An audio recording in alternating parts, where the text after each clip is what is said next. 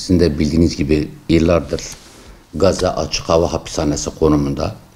7 Ekim'den bu yana da terör devleti Siyonist İsrail, onu destekleyen ABD başta olmak üzere Avrupa ülkelerinin birçoğunun desteğiyle 21. yüzyılın soykırımı yaşanmaktadır.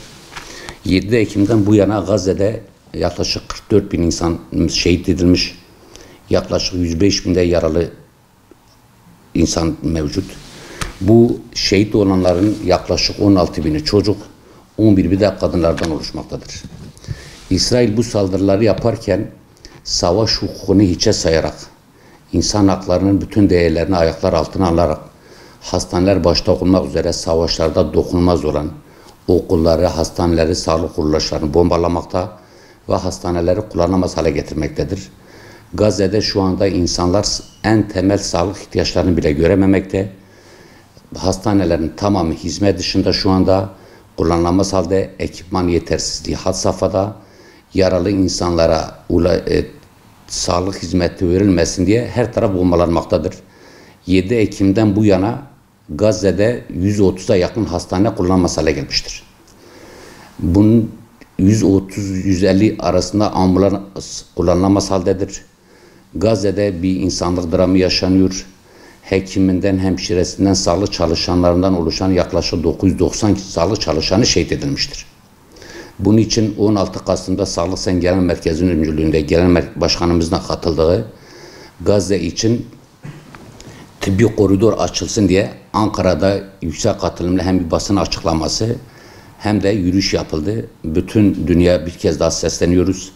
Gazze için acilen tıbbi koridor açılması gerekmektedir.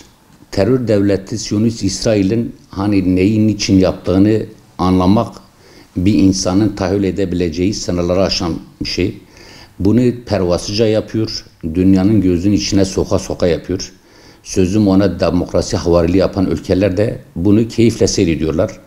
Tabii dünya bunu seyrederken İslam ülkeleri de maalesef olaya çok kayıtsız bir şekilde kalıyor. Türkiye'nin bu konuda sağlık koridorunun açılması için girişimleri var.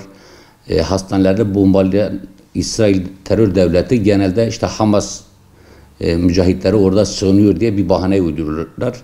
Onların amacı Gazze'de tek bir insanın kalmamasını sağlamak için hastanesi, camisi, okulu, kilisesi ne varsa orayı bombalayıp insansız bir Gazze yaratmaya çalışıyorlar. Zaten bu basın açıklamasında şube olarak da, Türkiye olarak da talebimiz o.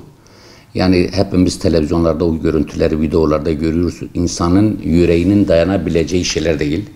Onun için bütün dünyadan beklentimiz Gazze için acil sağlık koridoru, her türlü tıbbi malzemeyi götürebilecek kapasitedeyiz. Bir an önce onun açılıp en azından yaralılara bir şeyler yapmamız lazım. İnsani şartlarda sağlık hizmetini almaları lazım. Yoksa yarın çok geç olabilir.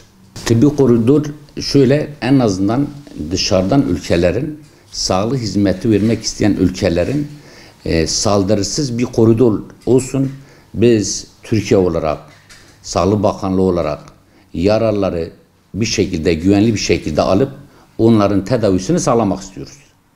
Eğer bu sağlanırsa en azından yaralılara bir şekilde yardım etmiş olacağız. Bu hem insani, hem insan haklarına uygun, hem savaş hukukuna uygun. Ama karşımızda bir terör devleti var. Ne savaş hukuku tanıyor, ne insan hakları tanıyor. Aldığı güçle bu pervasızlığı yapmaya devam ediyor.